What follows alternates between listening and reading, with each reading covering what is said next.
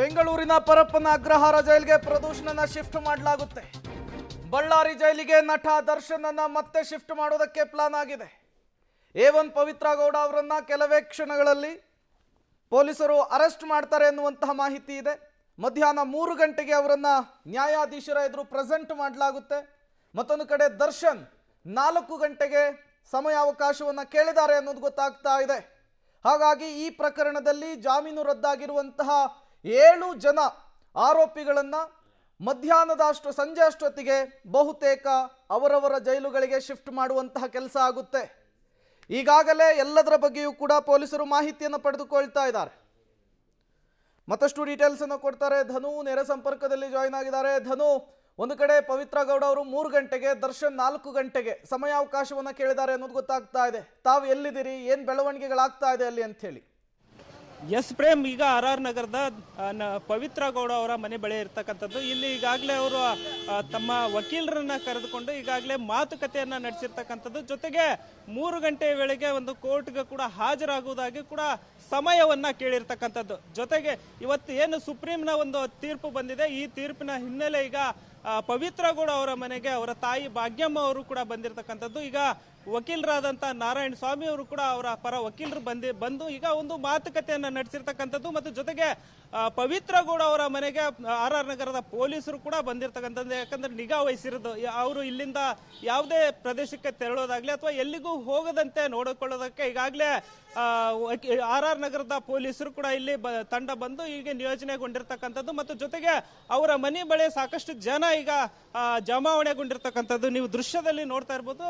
ನಟಿ ಪವಿತ್ರ ಗೌಡ ಅವರ ಮನೆ ಮುಂದೆ ಈಗಾಗಲೇ ಸಾಕಷ್ಟು ಜನ ನೆರೆದಿರ್ತಕ್ಕಂಥದ್ದು. ಹೀಗಾಗಿ RR ನಗರದ ಪೊಲೀಸರು ಬಂದು ಅವರನ್ನ ಚೆದರಿಸುವಂತ ಒಂದು ಕೆಲಸವನ್ನು ಮಾಡ್ತಾ ಇದ್ದಾರೆ. ಜೊತೆಗೆ ಇವತ್ತು 3 ಗಂಟೆಯ ವೇಳೆಗೆ ಅವರು ಕೋರ್ಟ್ಗೆ ಹಾಜರಾಗುವಂತ ಸಾಧ್ಯತೆ. ಜೊತೆಗೆ ಅವರು ಯಾವ ಒಂದು ಜೈಲಿದ್ದು ಆ ಒಂದು ಜೈಲಿಗೆ ಇವತ್ತೇ ಕೂಡ ಹಾಜರಾಗಿ ಅವರ ಒಂದು ಏನು ಶರಣಾಗತಿ ಇವತ್ತು ಆಗಬೇಕು ಅನ್ನೋ ಒಂದಿಷ್ಟು ಆದೇಶದ ಮೇರೆಗೆ ಈಗ 3 ಗಂಟೆಗೆ ತೆರಳಲಿದ್ದಾರೆ. ಹಾಗಾಗಿ ಈ RR ನಗರದ ಪೊಲೀಸರು ಅವರ ಮನೆ ಬಂದು ನಿಗಾ ವಹಿಸಿರ್ತಕ್ಕಂಥದ್ದು. ಇನ್ನು IO ಇಂದ ಅಂದ್ರೆ ತನಿಖಾಧಿಕಾರಿಯಿಂದ ಅವ್ರಿಗೇನು ಆದೇಶ ಬರುತ್ತೆ, ಅವರನ್ನ ಅಂದ್ರೆ ಅವರೇ ಸ್ವತಃ ಬಂದು ಕೋರ್ಟ್ಗೆ ಹೋಗುವಂಥದ್ದು ಅಥವಾ ಅವರನ್ನ ಅರೆಸ್ಟ್ ಮಾಡಿ ಕರ್ಕೊಂಡು ಹೋಗುವಂಥದ್ದು, ಏನು ಅವ್ರಿಗೇನು ಆದೇಶ ಬರುತ್ತೆ ತನಿಖಾಧಿಕಾರಿಯಿಂದ, ಅದನ್ನು ಕೂಡ ಈಗ ಕಾದ್ ನೋಡ್ತಾ ಇದ್ದಾರೆ ಪೊಲೀಸರು ಅಂತ ಹೇಳ್ಬೋದು. ಪ್ರೇಮ್, ಧನು, 3 ಗಂಟೆಗೆ ಪವಿತ್ರ ಗೌಡ ಅವರನ್ನ ಅರೆಸ್ಟ್ ಮಾಡಿ ನ್ಯಾಯಾಧೀಶರ ಎದುರು ಪ್ರೆಸೆಂಟ್ ಮಾಡೋದಕ್ಕೆ ಸಿದ್ಧತೆ ಆಗ್ತಾ ಇದೆ.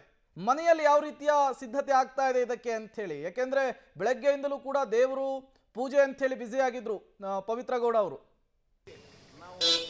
ಎಸ್ ಪ್ರೇಮ್, ಏನಂದ್ರೆ ಈ ಬೇಲ್ ಅವ್ರ ಪರವಾಗಿ ಅಂದ್ರೆ ಈ ಒಂದು ಪ್ರಕರಣ ಅವ್ರ ಪರವಾಗಿ ಆಗುತ್ತೆ ಅಥವಾ ಬೇಲ್ನಲ್ಲಿ ಈ ಒಂದು ಏನು ಭವಿಷ್ಯ ಇತ್ತು, ಇವತ್ತಿನ ಒಂದು ಆದೇಶ ಏನಿತ್ತು, ಸುಪ್ರೀಂನ ಒಂದು ಆದೇಶ ತಮ್ಮ ಪರವಾಗಿ ಆಗುತ್ತೆ ಅನ್ನೋ ಒಂದಿಷ್ಟು ಸಾಕಷ್ಟು ಕಾನ್ಫಿಡೆಂಟ್ನಿಂದ ಅವರು ಮನೆಯಲ್ಲಿ ಪೂಜೆನ ನೆರವೇರಿಸಿದ್ರು. ತದನಂತರ ರಾಜರಾಜೇಶ್ವರಿ ನಗರದ ಏನು ರಾಜೇಶ್ವರಿ ದೇವಸ್ಥಾನಕ್ಕೂ ಕೂಡ ಭೇಟಿಯನ್ನ ನೀಡಿದ್ರು.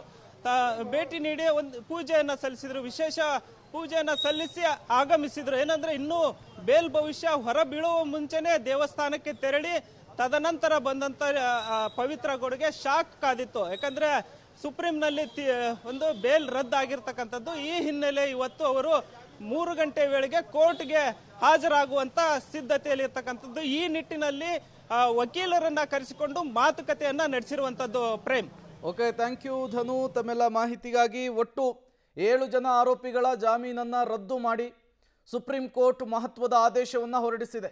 ತತ್ಕ್ಷಣಕ್ಕೆ ಎಲ್ಲರೂ ಕೂಡ ಹಾಜರಾಗಬೇಕು ನ್ಯಾಯಾಲಯಕ್ಕೆ ಅನ್ನುವಂತಹ ಸೂಚನೆಯನ್ನು ಕೂಡ ಕೊಟ್ಟಿರುವಂಥದ್ದು.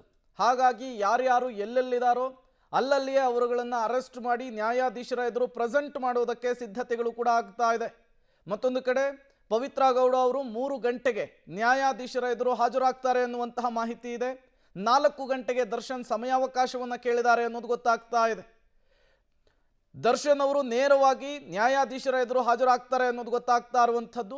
ಮತ್ತೊಂದು ಕಡೆ ದರ್ಶನ್ ನಿವಾಸದಿಂದ ಈಗಾಗಲೇ ಬಟ್ಟೆಗಳನ್ನು ಅವರ ಅಳಿಯ ಪ್ಯಾಕ್ ಮಾಡಿಕೊಂಡು ಕಾರ್ನಲ್ಲಿ ತೆಗೆದುಕೊಂಡು ಹೋಗಿರೋದು ಕೂಡ ಗೊತ್ತಾಗ್ತಾ ಇದೆ. ನಿನ್ನೆ ರಾತ್ರಿಯೇ ದರ್ಶನ್ ಬೆಂಗಳೂರನ್ನು ಬಿಟ್ಟಿರುವಂತಹ ವಿಚಾರ ಗೊತ್ತಾಗ್ತಾ ಇದೆ. ಬಟ್ ದರ್ಶನ್ ಎಲ್ಲಿದ್ದಾರೆ ಅನ್ನುವಂತಹ ವಿಚಾರಕ್ಕೆ ಇಲ್ಲಿಯವರೆಗೂ ಕೂಡ ಖಚಿತತೆ ಸಿಗ್ತಾ ಇಲ್ಲ. 4 ಗಂಟೆಗೆ ಪೊಲೀಸ್ ಸ್ಟೇಷನ್ಗೆ ಹಾಜರಾಗೋದಾಗಿ ದರ್ಶನ್ ಕೇಳಿರುವಂತಹದ್ದು.